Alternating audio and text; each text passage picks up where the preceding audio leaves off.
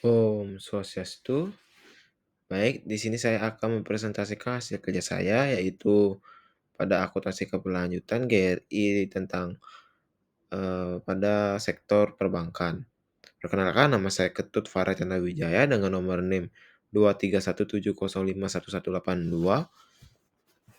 Baik, sebelum melanjut ke menjelaskan GRI yang ada di laporan keberlanjutan dari Bank Jago, izinkan saya untuk menjelaskan latar belakang dari Bank Jago. Jadi Bank Jago muncul sebagai respon terhadap pergeseran naskah perbankan di Indonesia yang semakin didominasi oleh digitalisasi dan kebutuhan konsumen akan layanan keuangan yang lebih personal dan mudah diakses. Berbeda dari bank konvensional, Bank Jago ini mengadopsi model bank yang digital penuh, memungkinkan nasabah untuk melakukan hampir semua transaksi perbankan melalui aplikasi di ponsel mereka. Perkembangan teknologi yang pesat ditambah dengan penetrasi smartphone dan internet yang tinggi di Indonesia menciptakan celah pasar yang signifikan bagi institusi keuangan yang mampu menawarkan solusi perbankan yang cepat, efisien, dan terintegrasi dengan gaya hidup digital masyarakat modern. Jadi transformasi Bank Jago dari PT Bank Atos Indonesia menjadi bank digital didukung oleh visi untuk memperdayakan masyarakat melalui layanan finansial inovatif dan kolaboratif. Dengan fokus pada ekosistem digital, Bank Jago tidak hanya menawarkan produk perbankan dasar, tapi juga berupaya mengintegrasi berbagai aplikasi dan layanan gaya hidup lainnya, seperti Gojek, untuk menciptakan pengalaman finansial yang lebih holistik. Pendekatan ini memungkinkan Bank Jago untuk menjangkau segmen pasar yang lebih luas, termasuk generasi muda dan pelaku ekonomi digital, yang mencari solusi perbankan yang selaras dengan cara mereka hidup dan bekerja di era digital ini. Baik, yang pertama yaitu pada GRI 201-1. Baik, dilihat dari tabel yang sudah diberikan. Jadi pada poin pertama ada pendapatan bunga mengalami peningkatan dari tahun sebelumnya itu 2023, pendapatan non bunganya mengalami peningkatan juga, dan pendapatan non operasionalnya mengalami penurunan yang cukup signifikan. Jadi pada poin A, yaitu pada total ekonomi yang diciptakan secara langsung mengalami peningkatan yang cukup signifikan dari tahun sebelum-sebelumnya, dan juga kita lihat beban operasional non bunganya mengalami penurunan dan beban karyawannya mengalami peningkatan. Adapun bunga pinjaman dan bunga bank mengalami peningkatan, dan juga pembayaran kepada pemerintah atau pajak mengalami peningkatan. Ada poin B, yaitu total nilai ekonomi yang didistribusikan secara langsung mengalami peningkatan yang signifikan, dan juga nilai ekonomi langsung yang ditahan. Selanjutnya yaitu pada GRI 201-2 dijelaskan pada tabel bahwa dijelaskan ada pendanaan, penyaluran pinjaman, pendapatan bunga bersih, laba atau rugi komprehensif. Ini dijelaskan dalam bentuk juta. Jadi dari tahun sebelumnya mengalami peningkatan pada pendanaan dan juga penyaluran pinjaman dan laba rugi komprehensif. Yang hanya mengalami penurunan yaitu pendapatan bunga bersih. Selanjutnya yaitu ada GRI 201-3, yang di mana Bank Jago mencakup bagaimana mereka mengelola dan melaporkan kewajiban terkait imbalan pasti akan beban pensiun lainnya, yang merupakan bagian integral dari kinerja ekonomi suatu perusahaan. Transparansi dalam area ini penting untuk menunjukkan stabilitas keuangan dan komitmen terhadap kesejahteraan karyawan di masa depan. Selanjutnya itu GRI 201-4, yang di mana laporan ini hanya memberikan gambar umum tentang keberlanjutan dan kinerja ekonomi. Tidak ada informasi spesifik mengenai praktik ketenagakerjaan seperti rekrutmen, retensi karyawan, ataupun tunjangan yang diberikan.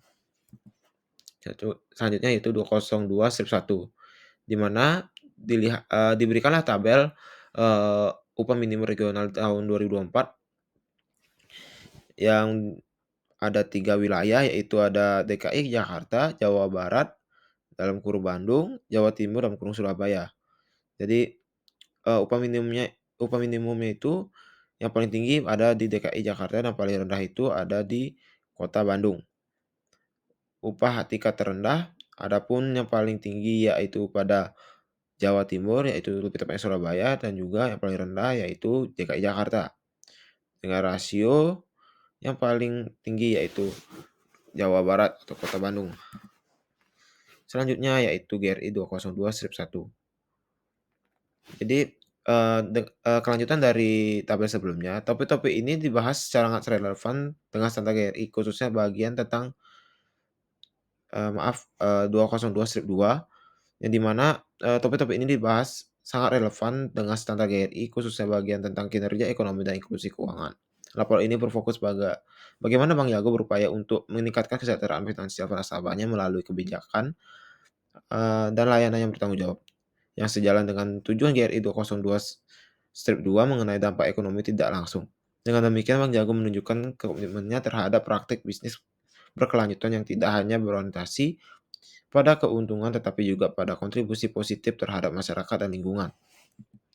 Selanjutnya yaitu GRI 203/1 dan GRI 203/2. Jadi dijelaskan pada tabel bahwa penyaluran zakat dan sedekah melalui Mitra Jago. Jadi kita langsung lihat jumlah zakatnya, jadi langsung dalam totalnya yaitu Rp8.198.538.770. Jadi jumlah sedekahnya ada Rp4.412.349.865. Adapun peserta yang menyumbangkan zakat berjumlah 28.383. Adapun juga peserta yang menyumbangkan sedekahnya yaitu ada 179.916.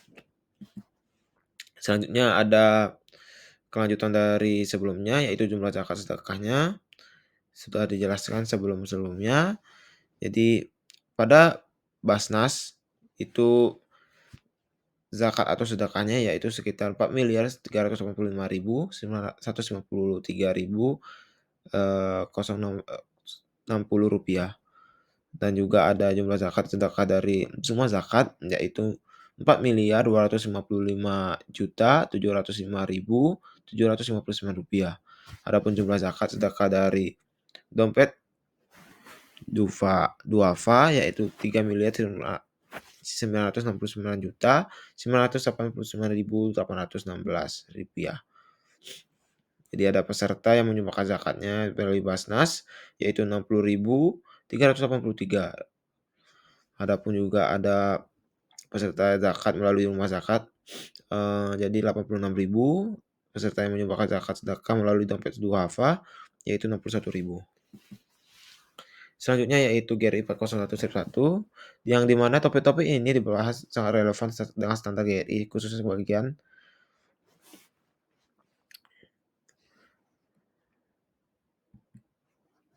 selanjutnya yaitu ada GRI 401/1, yang di mana dijelaskan bahwa rekrutmen karyawan,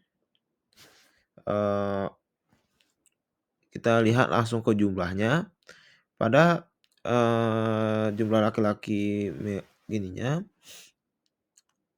jumlahnya ada 51 orang, dan perempuannya 53 orang dengan jumlah total 104.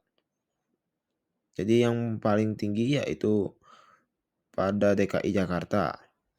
Selanjutnya yaitu ada berdasarkan kelompok usia. Jadi yang paling tinggi yaitu pada rata-rata 31-40 dengan persentase 16%,17%. Selanjutnya yaitu GRI 401/1.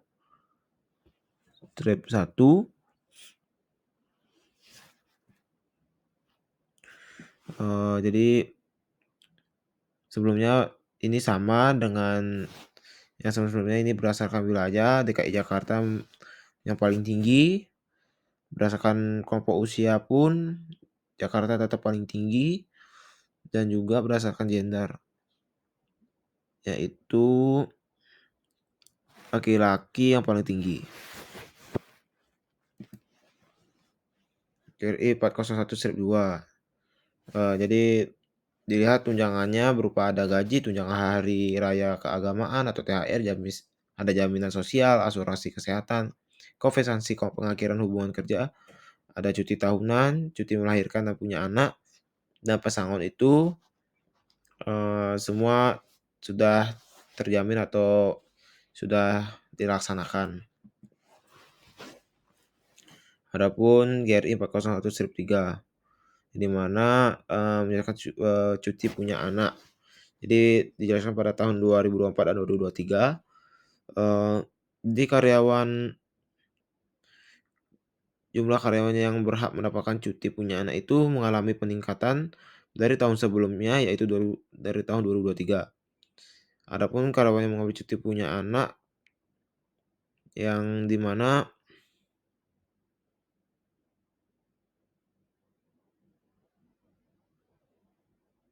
mengalami penurunan yang cukup signifikan.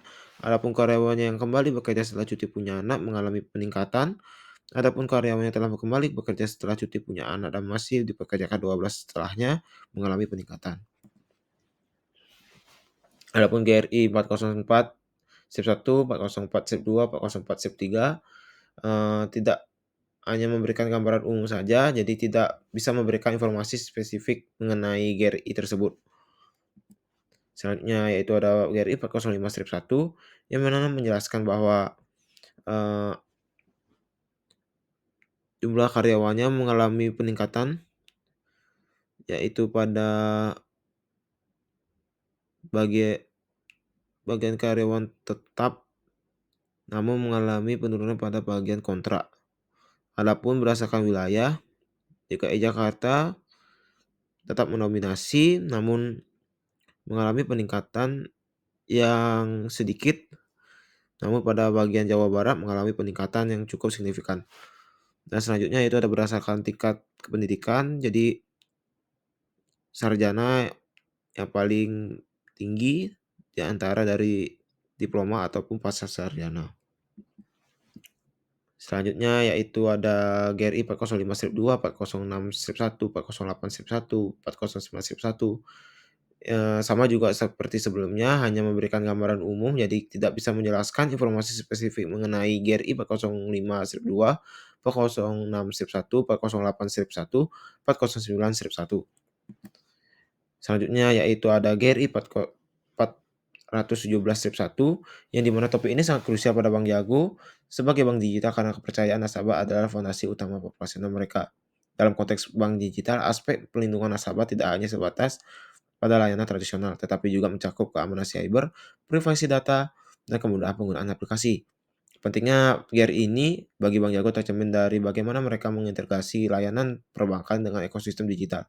Ini menunjukkan bahwa Bank Jago memahami bahwa produk dan layanan mereka harus dirancang sedemikian rupa sehingga mudah dipahami, transparan, dan tidak menyesatkan. Dengan demikian, Bank Jago mudah dipahami, transparan, berkomitmen untuk memastikan bahwa nasabah mereka terlindungi dari resiko yang mungkin timbul dari penggunaan produk dan layanan digital, sekaligus mempromosikan literasi keuangan dan inklusi keuangan melalui penawaran pertanggungjawaban. Selanjutnya yaitu ada GRI 417 strip 2 dan 417 strip 3. Sama seperti sebelumnya, hanya memberikan gambaran umum, jadi tidak bisa memberikan informasi yang spesifik. Selanjutnya yaitu GRI 418 strip 1, yang dimana privasi dan keamanan data menjadi sangat krusial. Dengan semua transaksi dan interaksi yang terjadi secara online, nasabah perlu merasa yakin bahwa informasi keuangan dan pribadi mereka dilindungi dengan baik. Dengan menyoroti GRI 418 strip 1, Bank Jago menunjukkan keseriusan mereka dalam membangun kepercayaan nasabah melalui praktik pengelolaan data yang bertanggung jawab. Baik, sekian presentasi dari saya. Jika ada kesalahan mohon dimaafkan. Saya mengaturkan pangaran Santi Om Santi Santi Santi Om.